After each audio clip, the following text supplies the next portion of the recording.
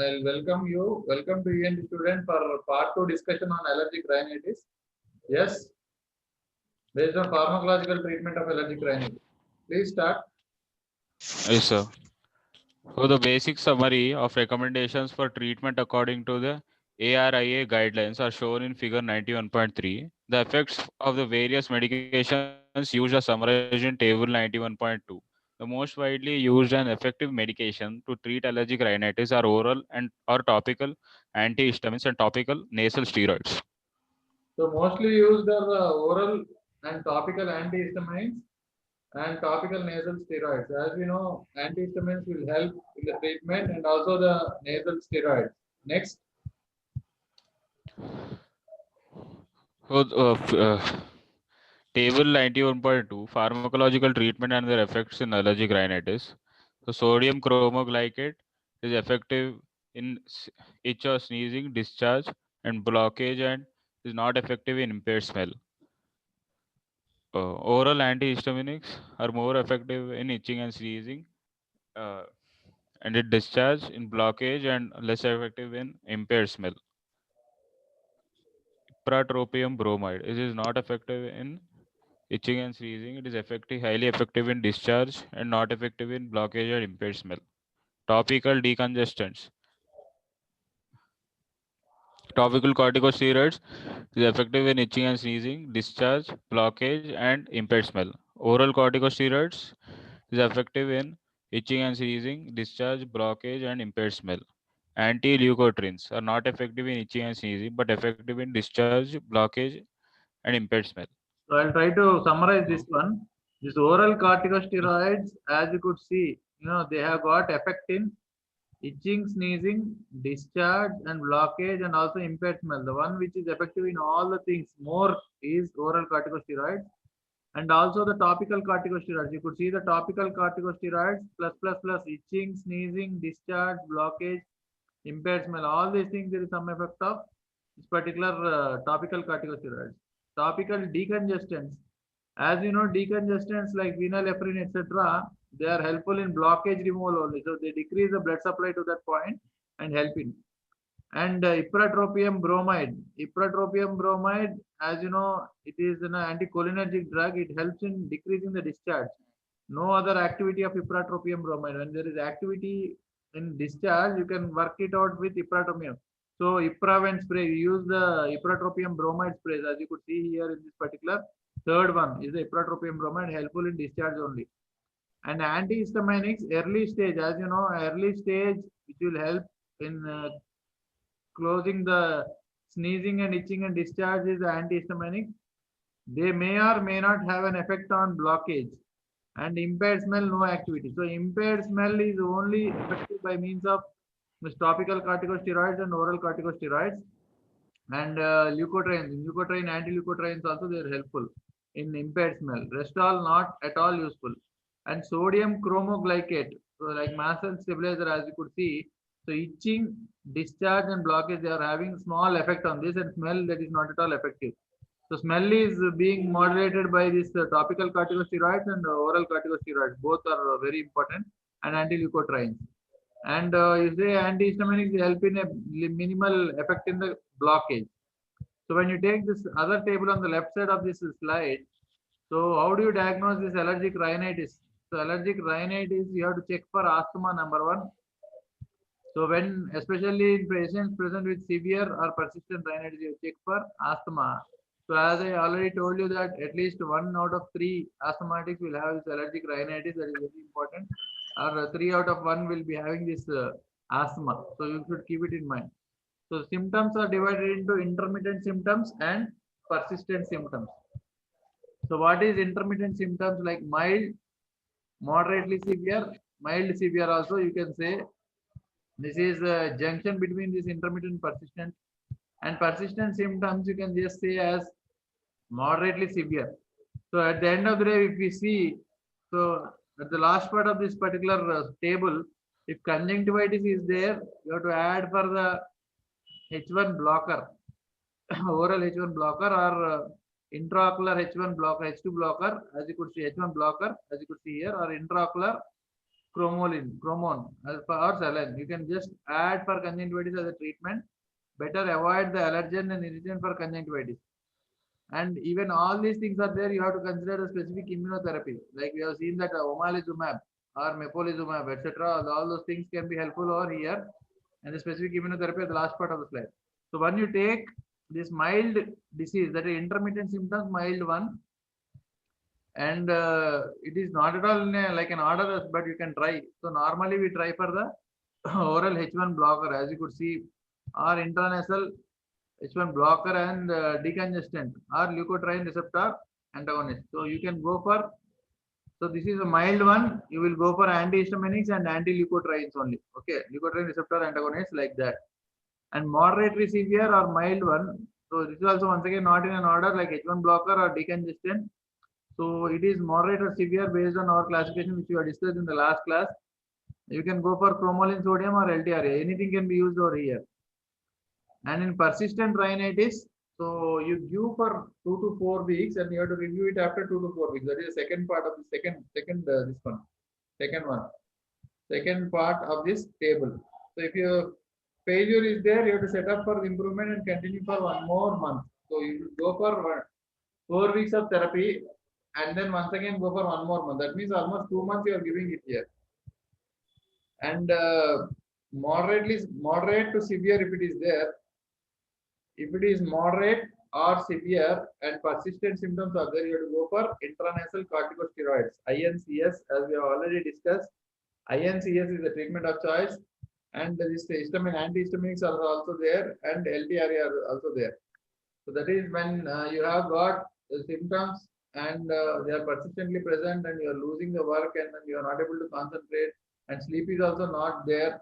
So all these things you can go for that particular intranasal corticosteroids. If it is improving, step down the treatment and continue for more than 1 month. If it is a failure, review the diagnosis and review the compliance, whether the patient is taking the drug or not. And any infectious cause is there, you have to go for antibiotics as we already did. And other causes also to be ruled out. Like as we have seen, primary and secondary causes of rhinitis, you have to keep it in rhinosinusitis, keep it in mind. So how do you treat them? Increase the intranasal corticosteroid dose. As you could see, instead of 1 puff, you give 2 puffs. So almost 100 mcg will go. If not, 2 puffs you give in the morning and the evening. And if rhinorrhea is also there, so rhinorrhea is because of the discharge. Discharge, you are going to give that particular ipratropium bromide, as you could see. The ipravent spray, you can go for it. So corticosteroid spray you give initially, and ipratropium spray you give later. And then if blockage is also there, you have to go for oral corticosteroid short term, as you have seen. For 2 weeks you can give. For every 6 months you can give 2 to 4 weeks, as we have seen it in the last class already. And in spite of that, there is a blockage and a decongestion. Then you have to go for a specialist opinion, that is the ENT surgeon's opinion. You have to go for endoscopy, CT scan, etc., etc. So at the end of the day, I treat conjunctivitis and consider the specific immunotherapy also. You have to consider specific immunotherapy also. This is the flowchart for the management of allergic rhinitis and diagnosis of allergic rhinitis. Next slide.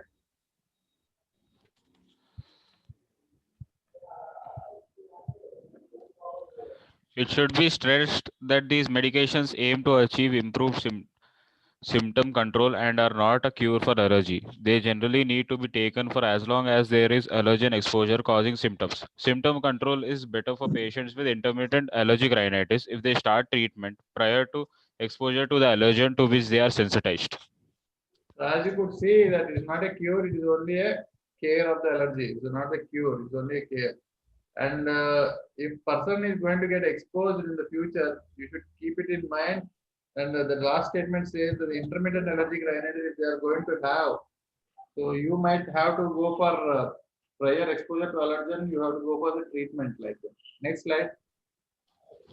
For example, patients with grass pollen allergy should be advised to start treatment a month before the pollen season starts to try to avoid the development of symptoms and nasal inflammation and to stop treatment at the end of the season.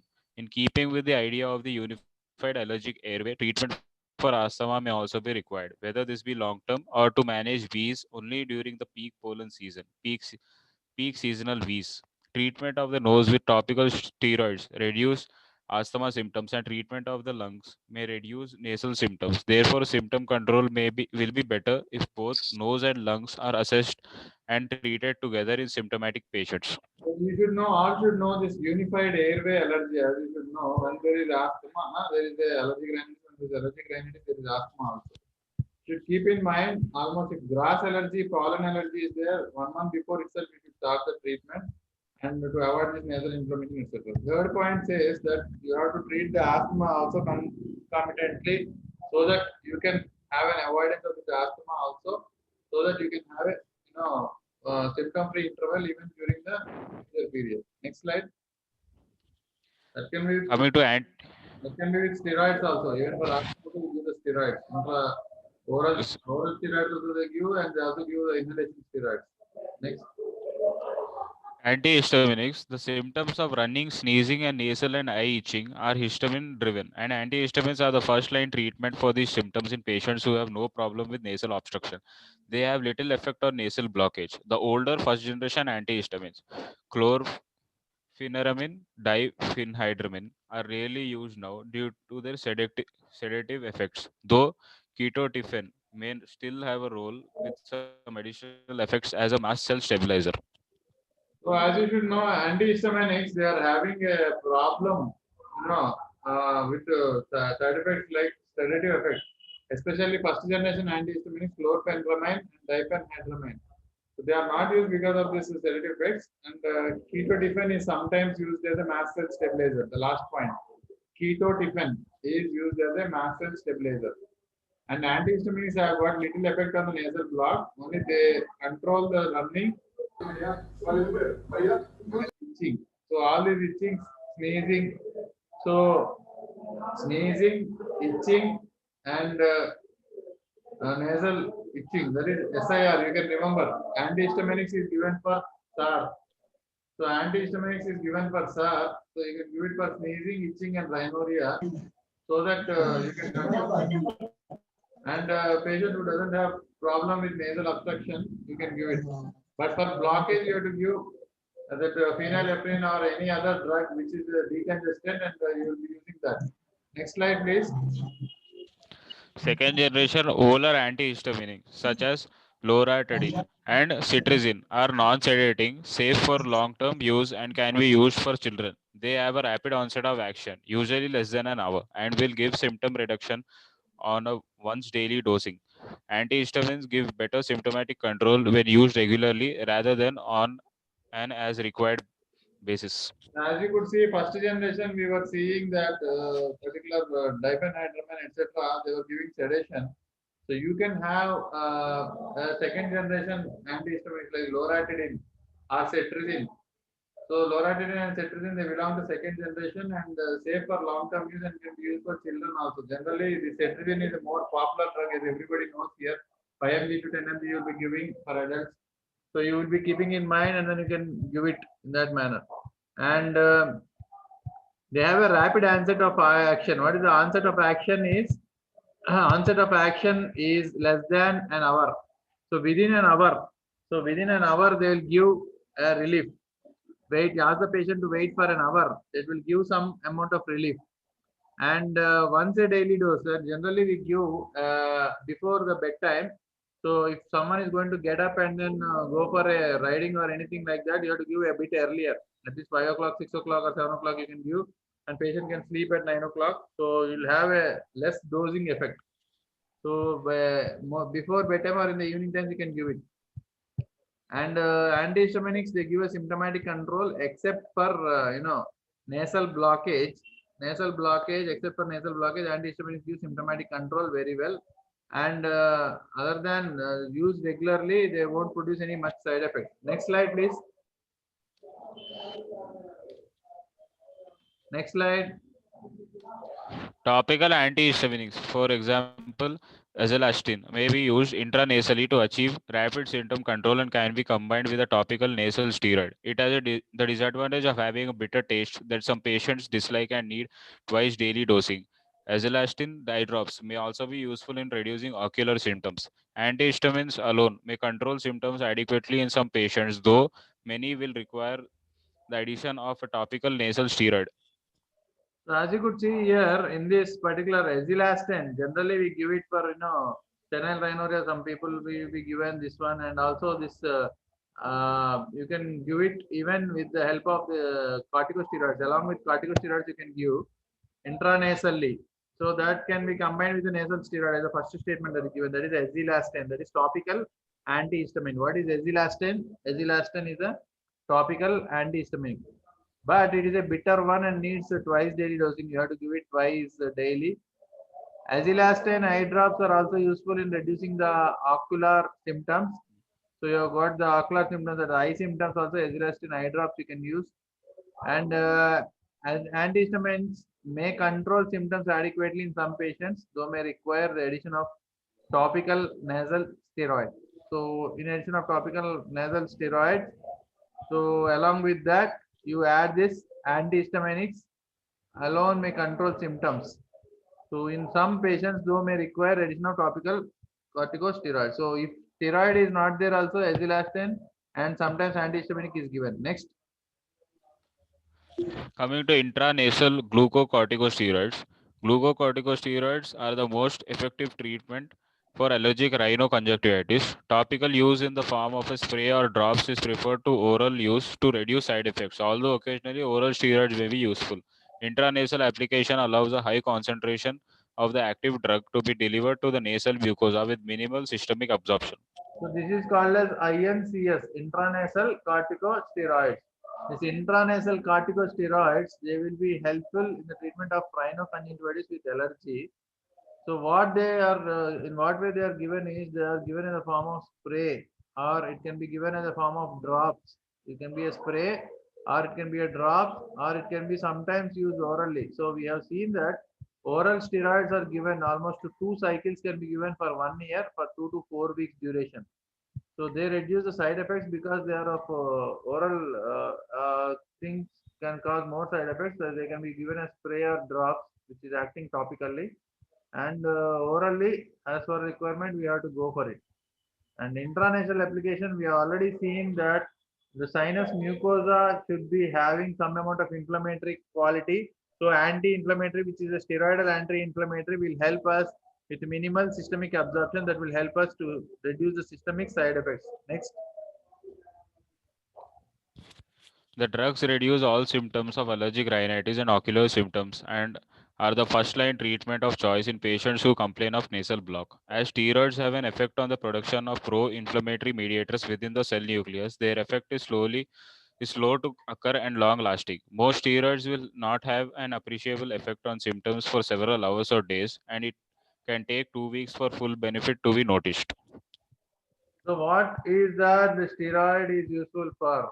So you can think in such a manner that, so they reduce all symptoms of allergic rhinitis and ocular symptoms also, and they are the first line of treatment in complaining of nasal block. Of course, nasal block is limitedly helpful by the steroid. We have seen that sneezing, itching, blocking, rhinorrhea, all are helped by this steroids. All are helped by the steroids. We can keep it in mind in that manner. And as the steroids have effect on production of pro-inflammatory mediators,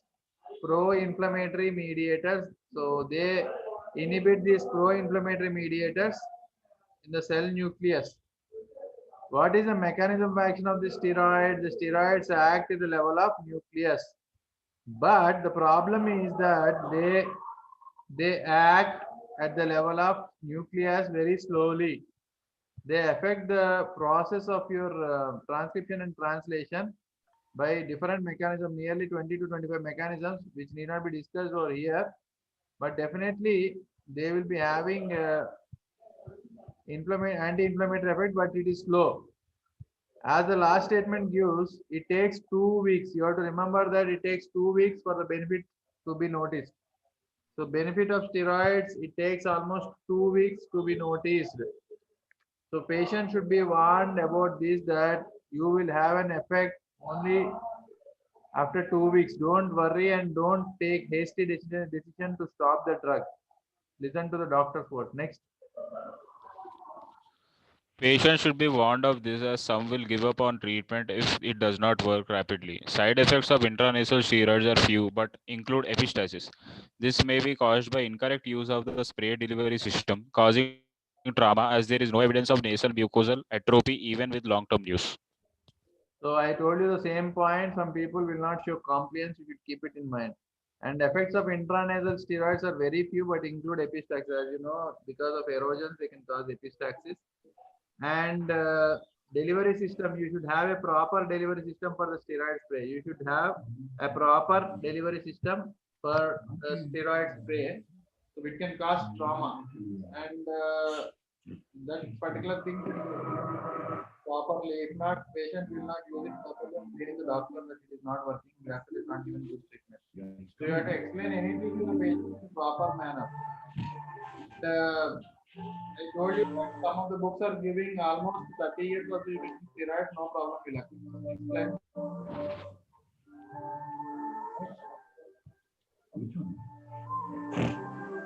There is some disturbance. Please kindly mute the other people. Hello. Hello, next person.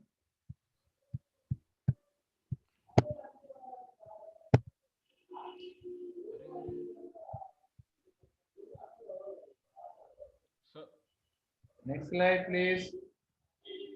yes, sir, one second. Hello. Yes, sir, one second. So there or not? Please kindly go to the next slide.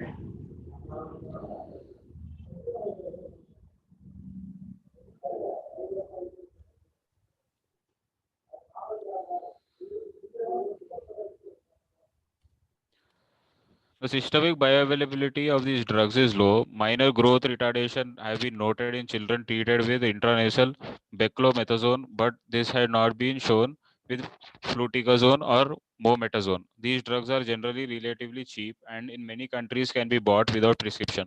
So as you could see, don't prescribe this particular few drugs of the intranasal steroid like beclomethasone. So beclomethasone don't prescribe. It might affect the growth, but momentazone is okay. Generally, we give momentazone spray for children. So what is the spray given is momentazone spray, and we give fluticasone. Fluticasone is regularly given spray. That is fluticasone, and they are relatively cheap, and many countries can be bought without prescription as they are like not a dangerous drug. They can be easily available. Next, have quality of an ideal drug. Coming to systemic glucocorticosteroids, oral steroids may occasionally be useful in patients with several severe symptoms to allow reduction of mucosal swelling and subsequent use of topical medication or to cover a short period when symptom control is particularly bad. Prednisolone 20 to 40 mg per day is normally sufficient, but oral steroids may cause serious side effects, so their use should be considered carefully and length of treatment be kept as short as possible. For this reason, depot injectable steroids, while effective at symptom control and are not recommended as once injected, their effects cannot be stopped. So this is very important. So when you want to have a bit faster effect, so this particular spray takes almost 2 weeks for the time to act. So with severe symptoms, they allow the reduction of mucosal thickening. So the reduction of mucosal thickening and subsequent use of topical medication. So that will help in that manner in a short period. But it is used only when symptom control is too bad. You cannot use local steroid. You can go for systemic steroid. It has got a lot of side effect profile. As you know that prednisolone maximum 20 to 40 mg per day is sufficient. Their deleterious side effects and contraindications should be kept in mind, and they should be as short as possible. They say that 5 days course of nasal prednisolone is enough. Prednisolone is enough for 20 to 40 mg per day. And injectable steroids also being tried in some patients, but once injected, the effects cannot be stopped. Therefore, it should be very guarded. And contraindications for steroids. Contraindications for steroids, if you think about the gastric ulcer or peptic ulcers, and diabetes, hypertension, any other diseases related to this endocrine, you should not use this steroid, and that may lead to deleterious effects. Next. Coming to leukotriene receptor antagonists (LTRAs), Cystinyl leukotrienes are a family of eicosanoid inflammatory mediators, LTC4, LTD4, and LTE4, produced in leukocytes, mast cells, eosinophils, basophils, and macrophages by the oxidation of arachidonic acid by the enzyme arachidonate 5-lipoxygenase. Their effect their effects are to cause bronchoconstriction, increase vascular permeability, and attract inflammatory cells. As such, are involved in the process underlying asthma and allergic rhinitis. So as you could see here, I was there that day also telling much about these 69 leukotrienes of eicosanoid inflammatory mediators, LTC4, LTD4, LTE4, LTC4, D4, and E4. C4, D4, and E4. Remember like that. So leukotrienes C4, D4, and E4. Why they are called leukotrienes? They are produced by leukocytes, mast cells, and eosinophils, and basophils, and macrophages. How are they produced? By the oxidation of arachidonic acid. Arachidonic acid by the enzyme arachidonate 5-lipoxygenase. That is very important. You have it in mind even in the pharmacology. It is very important. Biochemistry also that will come. So as an entrance exam bit, you can say arachidonate 5-lipoxygenase is a mediator. And what do they do actually? These leukotriene receptors, they help in bronchospasm and vascular permeability, attract the inflammatory cells, and are involved in the process of underlying asthma and allergic rhinitis. So LTC4, D4, and E4 are most important for allergic rhinitis. You should keep it in mind. Next. In the UK, Montelukast, a leukotriene receptor antagonist, is licensed for the treatment of allergic rhinitis associated with asthma. In studies, it was found to be as effective as loratadine in reducing nasal symptoms, but less effective than a topical nasal steroid. Combined use of cetirizine and Montelukast was shown not to improve symptom control above each drug individually in one study, but to be more effective when combined in another. So as you could see, the studies suggest that they are helpful in allergic rhinitis and asthma and as effective as loratadine. So this Montelukast is as loratadine, desloratadine, all those things is as effective as loratadine for nasal symptoms, and it is less effective than a topical nasal steroid. So Montelukast is inferior to nasal spray. So Montelukast is inferior to nasal spray. So Montelukast is inferior to nasal spray. That's what we have to remember. And combined use of cetirizine and Montelukast not to improve symptom control above each drug individually is one study, but more effective when combined in another. So based on few findings, they are saying that this particular Montelukast is inferior to nasal steroid, and this Montelukast can be combined with cetirizine. So they more commonly they use it as a Monter-LC combination, L-Montes or Monter-LC. That combination is working out combinedly very well. So that is a drug that is given more commonly for this allergic rhinitis patient as the ENT surgeon. Next. There is a significant variation in responsiveness to LTRAs, and a closely monitored trial of treatment may be useful in some patients. It now has a place in the updated ARIA treatment guidelines, figure 91.3. So that is about that area guidelines. Next slide. So, figure 91.3. So once again, we have to see this. Go back once. So as you Yes, could sir. see, mild one, moderate to severe, mild, moderate to severe, intermittent and persistent. Check out for asthma, the same thing which you are trying to repeat. So initially start with the H1 blocker, then go with the H1 blocker with decongestant or leukotriene receptor antagonist. Mild one, you can go for either levocetirizine or Montelukast plus levocetirizine. So when it is not controlled, then you have to go for intranasal. So moderate, severe, and the mild ones which are related to the in the middle part of the table. So they can be given for persistent rhinitis and review the patient for 2 to 4 weeks. And if not, you have to step up the treatment, continue for one more month. So when you start this one, so moderate to severe, you can review the patient. Once again, the same thing is being repeated over here. Review the patient after 2 to 4 weeks. Improvement is there. Continue the treatment for one more month. If failure is there, you have to see whether any other problem is there. Increase the corticosteroid. Rhinorrhea is there. So rhinorrhea is there. You have to add the ipratropium. Rhinorrhea is there. You have to add the ipratropium. And blockage is there. You have to add the decongestant or oral corticosteroid. This is short term one. And failure, you have to refer to the specialist. As you know, ENT you have to see. And conjunctivitis is there. So you can go for saline or intraocular cromolyn sodium, or that is a basal stabilizer, and then oral H1 blocker or intraocular H1 blocker. So this is all recommendation, area recommendation 2008, as you could see. So this is even in the standard textbook, and we owe the reference to the standard textbook. Next. Coming to sodium chromoglycate nasal spray has modest effect on rhinitis symptoms, but must be used 4 times daily, which limits compliance. It has no side effects and can be used on young children. Chromoglycate eye drops can be effective against ocular itching. So sodium chromoglycate drops has to be used 4 times a day. That is the drawback here. And ocular itching, it is helpful. Even in young children, it can be used, but lot of times you have to apply for a day. Next.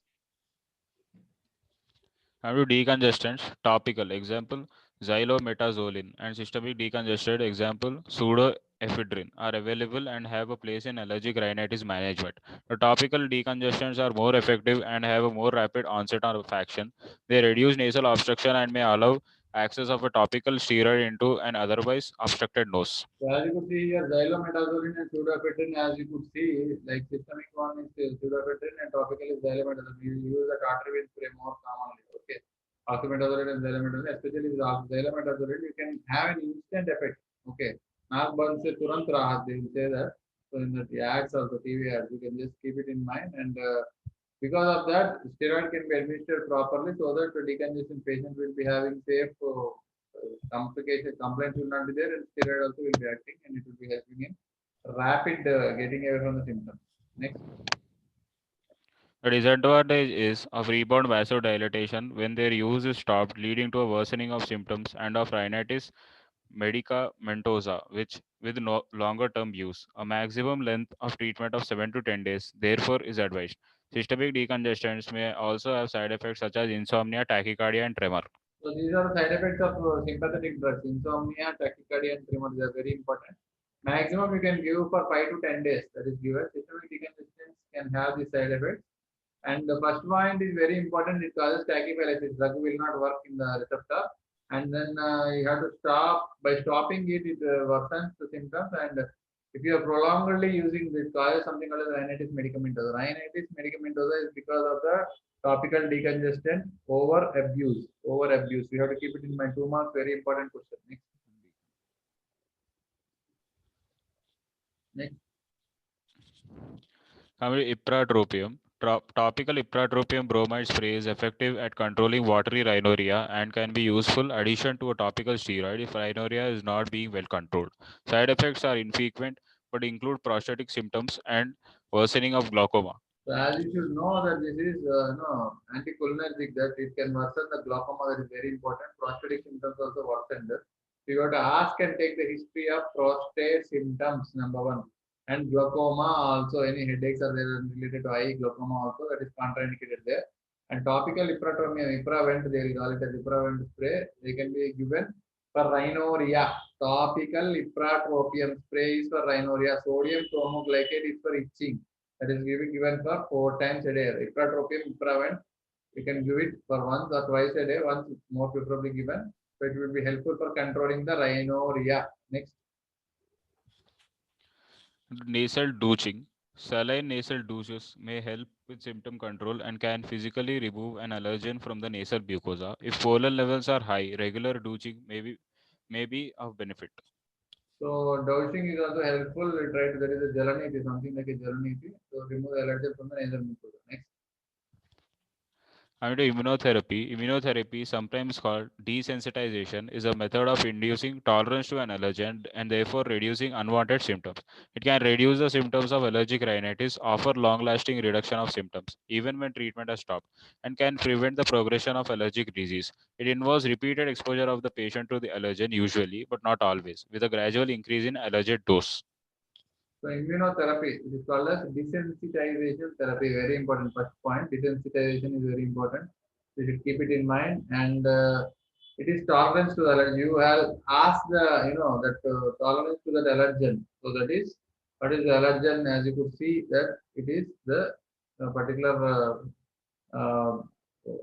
mast cell, and then you have got the antibody, and then allergen. Allergen is the heroine in our example.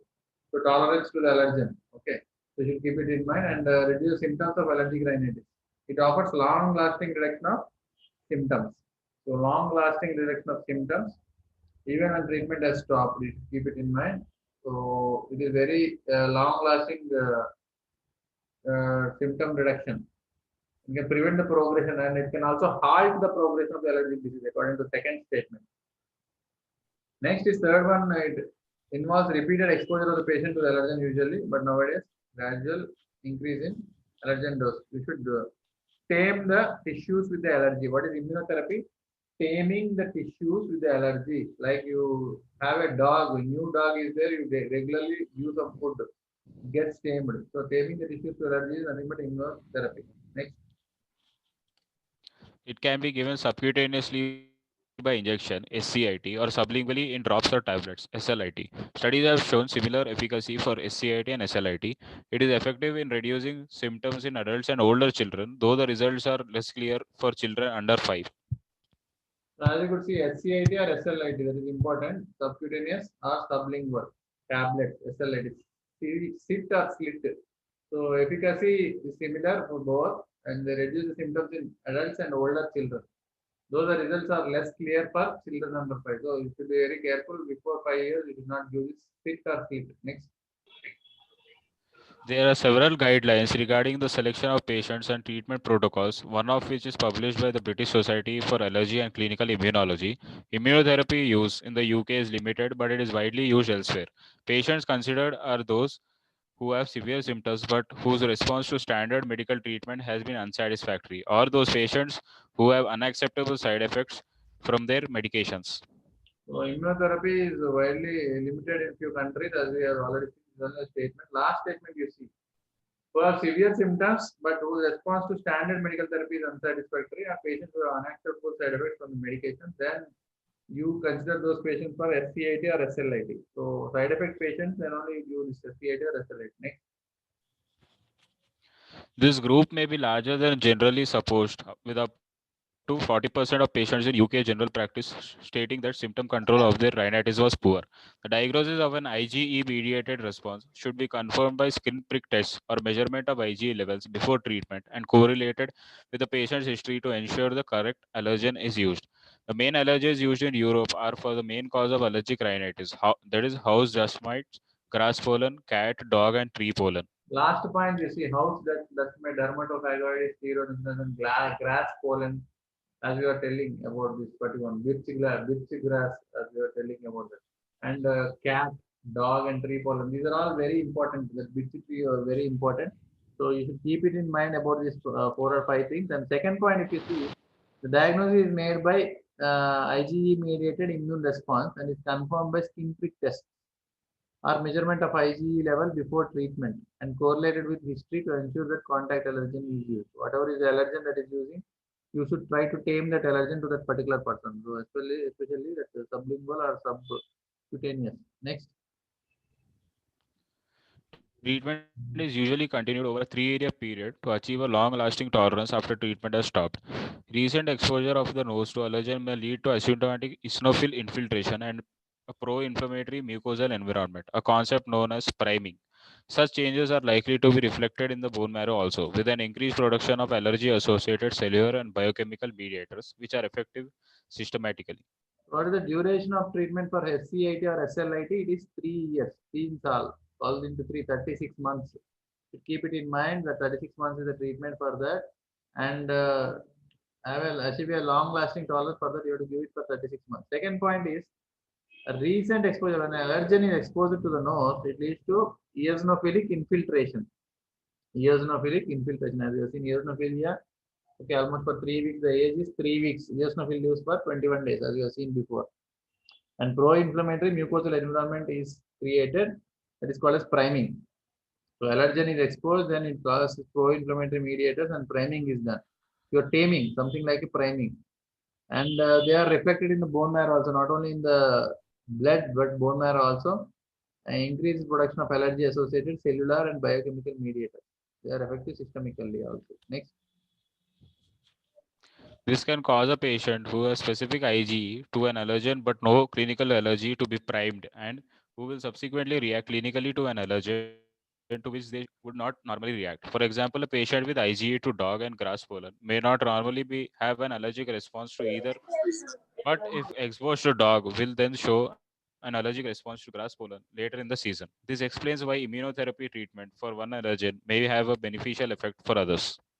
So this is a tricky statement. As you could see, specific IgE to an allergen and no clinical allergy is to be framed and subsequently react clinically to an allergen to which they would not normally react. So there can be effect also like that. Okay.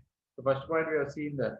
And then like IgE to dog and grass pollen may not normally have an allergic response to either, but exposure to dog and show an allergic response to grass pollen later in the season. So one who is framed with this may have that allergy also. So immunotherapy for one allergen have beneficial effects for other allergen also. You will tame one allergy and other allergy also can be controlled. Next. Coming to efficacy, with good patient selection, immunotherapy can be very effective. In a study of patients with grass pollen sensitivity treated with SCIT over the peak pollen season, means symptom and medication scores were 32% and 41% lower, respectively, than those in a placebo group. And these results are better have been replicated in many other studies. Immunotherapy for older children with allergic rhinitis also reduces the risk of developing allergic asthma later in the life and of developing new allergies. So this is all about studies. So in allergic rhinitis, they help and they help in asthma also. Next. Procedures and side effects. With SCIT, there is usually an updosing phase of between 2 and 4 months where the dose of allergen is gradually increased to the maintenance dose. This maintenance dose is then injected every 4 to 6 weeks for a 3-year period. SLIT may be updosed, or in some treatment protocols, the patient starts with the maximum dose and continues with this daily for 3 years. So we'll be doing for 2 to 4 months updosing phase, first point, and increase to maintenance dose. Later on, maintenance dose is for 4 to 6 months. So 4 months updosing, 6 months, 6 weeks later on. For that, for almost 3-year period, you will be doing that. So updose in the same treatment protocols, maximum dose and continuous daily for almost 3 years. That is a procedure and side effect. Next. Giving the patient a product to which they are known to be sensitized carries the risk of side effects. These are usually transient redness and itching around an injection site or oral itching, and can be reduced by pre-treatment with the oral antihistamine. Very occasional patients may suffer a generalized reaction such as ut- urticaria, bronchoconstriction, or anaphylaxis, and resuscitation facilities with adrenaline must be available. So any challenge test or provocation test will be of danger. It can have a anaphylactic reaction like urticaria, bronchoconstriction, etc., etc. Adrenaline should be available. 1 in 1,000 adrenaline should be available. It should be injected subcutaneously to treat that. This is a very important point. Every medico should be knowing that when a patient is suffering any allergy or urticaria, bronchospasm, something like that, your adrenaline works out like anything. Subcutaneous adrenaline 1 is to 1,000. You have to give it subcutaneously. Patient will be saved. Everybody should read it from medicine, and everybody should have this idea. And redness and itching and injection site, oral itching, all this can be there. Pre-treatment with antihistamines. So all these are histamine related mediated responses. So antihistaminic will be helpful for these things. And the side effects are always kept in mind. You are like playing with a tiger in this situation. Very dangerous. It can kill you. Next. Almost all reactions will occur within 30 minutes of treatment. Therefore, patients should be observed for an hour after injection. SLIT should be taken under medical supervision for the first dose, but can be taken and then be taken by the patient at home if they do not react severely. So first of all, 30 minutes is crucial. Next. Anti-IgE antibody omalizumab. Omalizumab is a monoclonal antibody that binds to circulating IgE, preventing it from binding to mast cells and causing degranulation. Omalizumab reduces all nasal symptoms and improve asthma control, but has the risk of causing anaphylaxis and is expensive. It is administered by monthly injection. Current, Currently, it is recommended only for patients with severe allergic asthma with or without rhinitis symptoms. So omalizumab is being given for asthmatic patients with or without rhinitis. In rhinitis therapy, we don't give it generally. We don't have this habit of giving, but asthmatic will be given. So monthly injection, monthly once one injection is given, and it improves the symptoms of asthma, and risk of causing anaphylaxis is there. It's very costly also. You can see the cost of omalizumab in net. Someone see in the net and then put it in the group. And omalizumab, what is that? Actually, a monoclonal antibody. It is a monoclonal antibody, very important for entrance examination. So it circulates to the IgE and it binds to mast cells and causes degranulation. So IgE is the hero in our example. Mast cell is the horse in our example. The hero gets out to the horse and then reacts to the heroine, which is the allergen. So you are killing the hero here, that is IgE, by using omalizumab, anti-IgE. Next. Coming to surgery. Surgery cannot cure allergy, but can give relief of nasal blockage if other methods fail. Reduction of submucosal fibrotic tissue on the inferior turbinates that has developed due to long-lasting inflammatory changes may improve the airway and allow access for topical nasal steroids. If the nose remains congested even after the application of the decongestant in clinic, then surgery should be considered as the mucosal swelling may be fixed.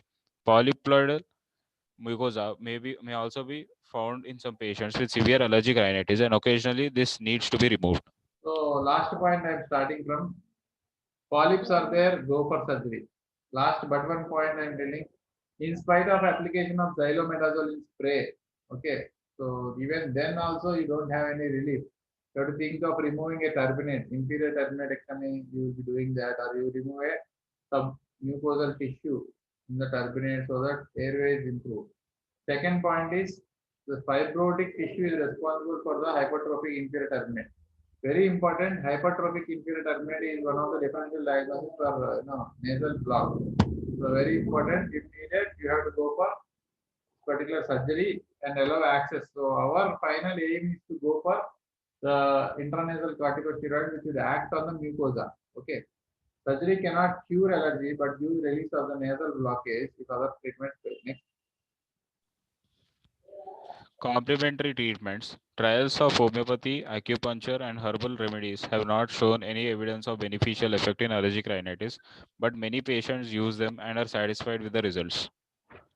So these are Key the things points. that are there. I'll be telling. So homeopathy, etc., all these pathies nowadays are being taught more. So they have some effects. Some patients are happy taking that. So let them take, no problem, unless they have any side effects. So the key points. So first point is allergen avoidance is very important, but not with very beneficial effect. Show the key points. Just point out the key points with your cursor. So next, food allergies do not present with isolated allergic rhinitis. Food allergy is a generalized systemic disease. So oral allergy syndromes, as we have seen already before. And third one is antihistaminics and topical nasal steroids are most important things in allergic rhinitis. Antihistaminics work better if used regularly rather than on demand. So at least 2 weeks therapy you give it. Fifth point is LEUCOTRIENE receptor antagonists are also useful. As you know, montelukast, staphylococcus, etc. Generally, commonly used is montelukast. Next point is immunotherapy is effective, but the treatment is limited. Omalizumab being used in case of your particular one.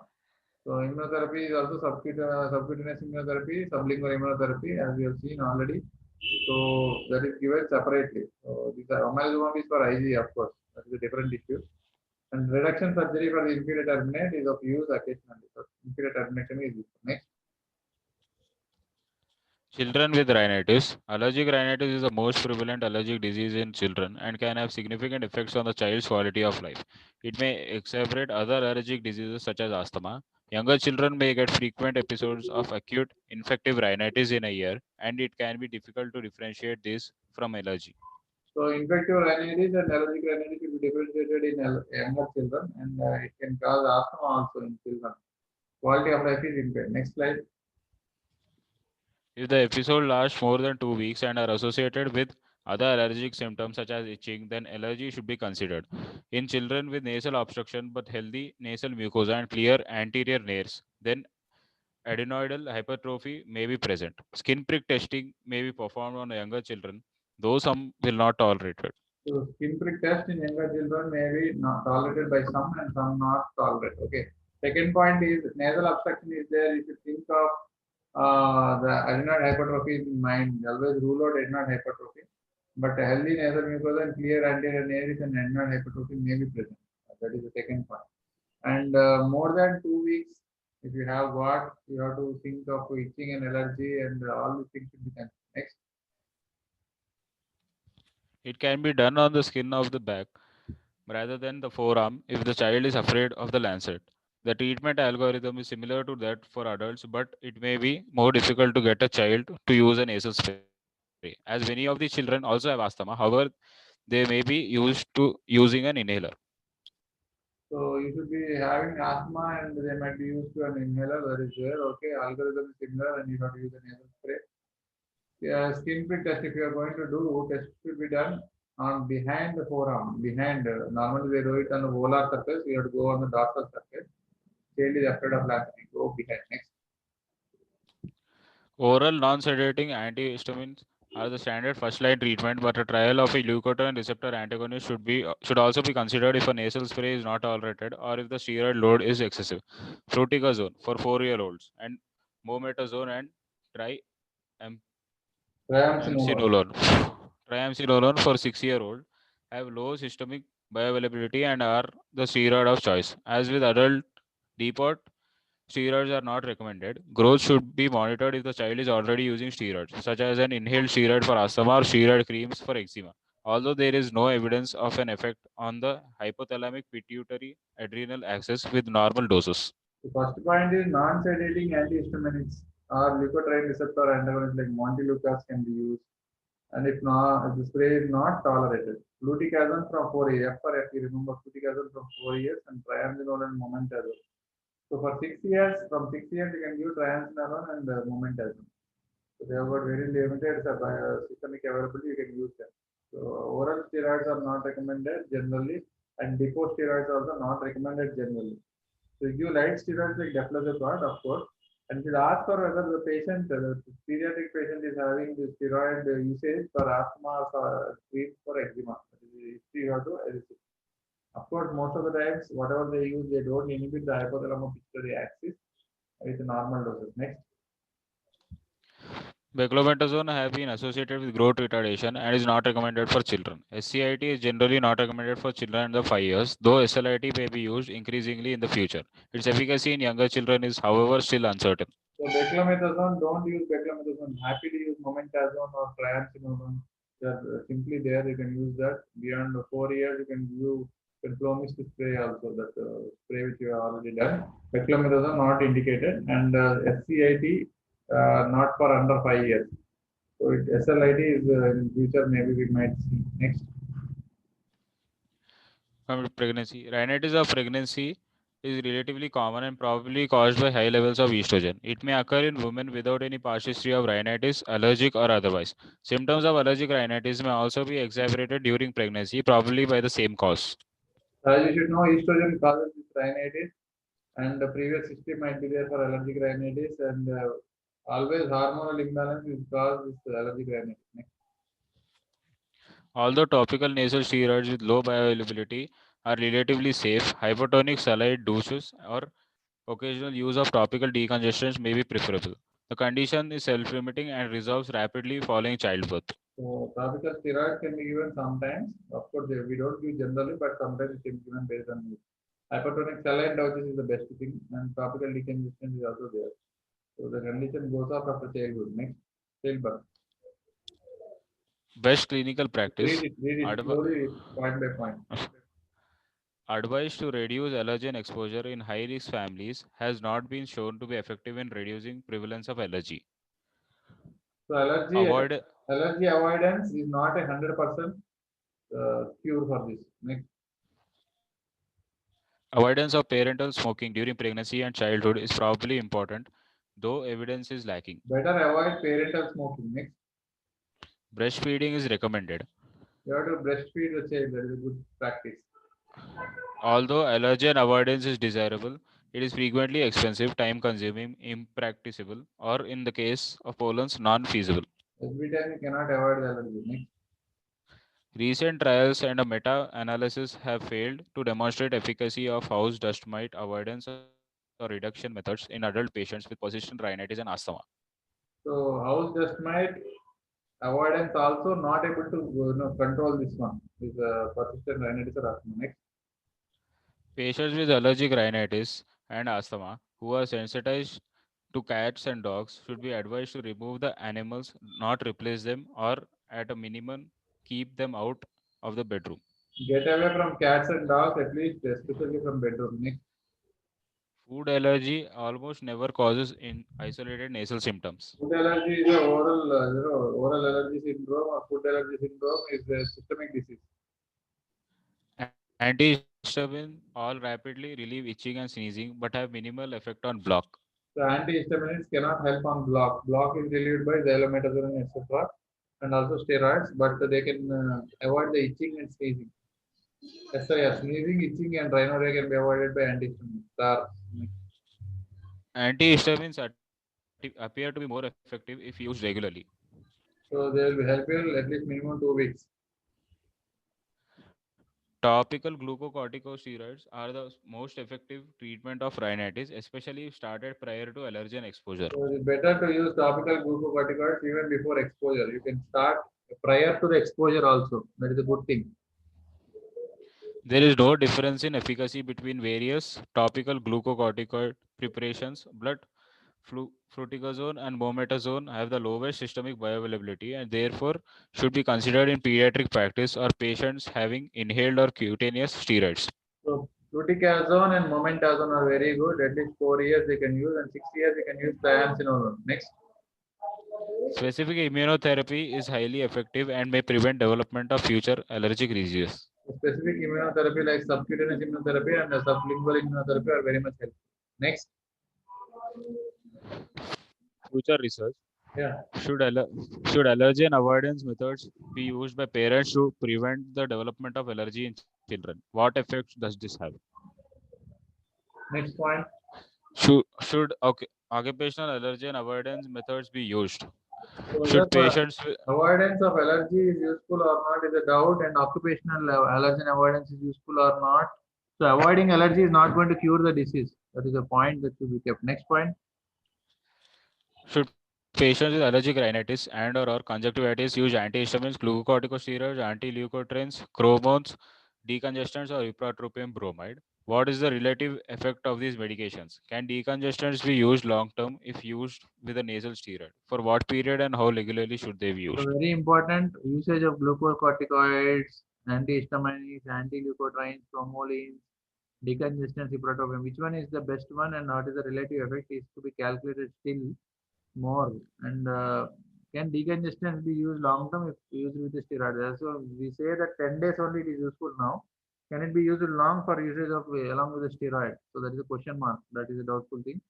And what is the period that you want to use a decongestant along with the steroid? At least 5 to 10 days only will give. If not, rhinitis medicamentosa is there. Whether rhinitis medicamentosa is helpful for this helped by this corticosteroid is not known. Next. Should allergen-specific immunotherapy be used in patients with allergic rhinitis? What is the effect of subcutaneous and sublingual specific immunotherapy? So allergen specific immunotherapy can be helpful or not is one question mark. Subcutaneous and sublingual it is under trial. Next. Do complementary and alternative treatment for allergic rhinitis have an effect? Okay. Question mark. Complementary alternate treatments like herbal medicine, Ayurvedic, etc. Question mark. Next. Should medications for allergic rhinitis be used in patients with concomitant asthma for the treatment of symptoms of asthma? So medications for asthma and allergic rhinitis can they be used simultaneously? Question mark. Next. What is the role of helminths in the development of allergic disease? As we know that the deworming is it going to help or not? We discussed a lot in the first chapter. Question mark. Coming to key points, allergic rhinitis is best considered in the context of the unified allergic airway or even as a systemic disease. Di- Next. Diagnosis is based on the symptomatic presentation, exposure, and evidence of allergen sensitization. You read completely. The disease has a strong association with asthma and an underestimated prevalence, cost, and impact on quality of life. A mainstay of contemporary treatment are avoidance of allergen, oral or topical antihistamines, and topical corticosteroids, but immunotherapy has a re-emerging role. So first point, if we take, it is considered as unified airway disease. That is one point everybody should remember. A systemic disease. Second point is you point it out. List. Diagnosis will based on symptoms. So that is sneezing, itching, rhinorrhea, and blockage. SIRB as we have seen already. And avoidance of allergic evidence of allergic sensitization. So allergic sensitization is there, IgE mediated as you know that. And association with asthma is there, and prevalence is underestimated. Cost and impact on quality of life. Quality of life is very important. They are not happy. And contemporary treatment or avoidance of allergen. Number one, avoidance is not going to cure it completely. Oral histaminics and topical antihistaminics and topical corticosteroids is also very much useful. Immunotherapy is under question mark. Next. Thank you. Okay, thank you very much for completing this excellent discussion upon allergic rhinitis management. We had a good time with allergic rhinitis, and I congratulate this boy for presenting it very much. We'll end the meeting here, and we'll try to have this particular thing on ENT student. Thank you very much for attending the meeting. Tomorrow I'll plan accordingly. Evening time we might start with the other two people. Okay, whatever is left out.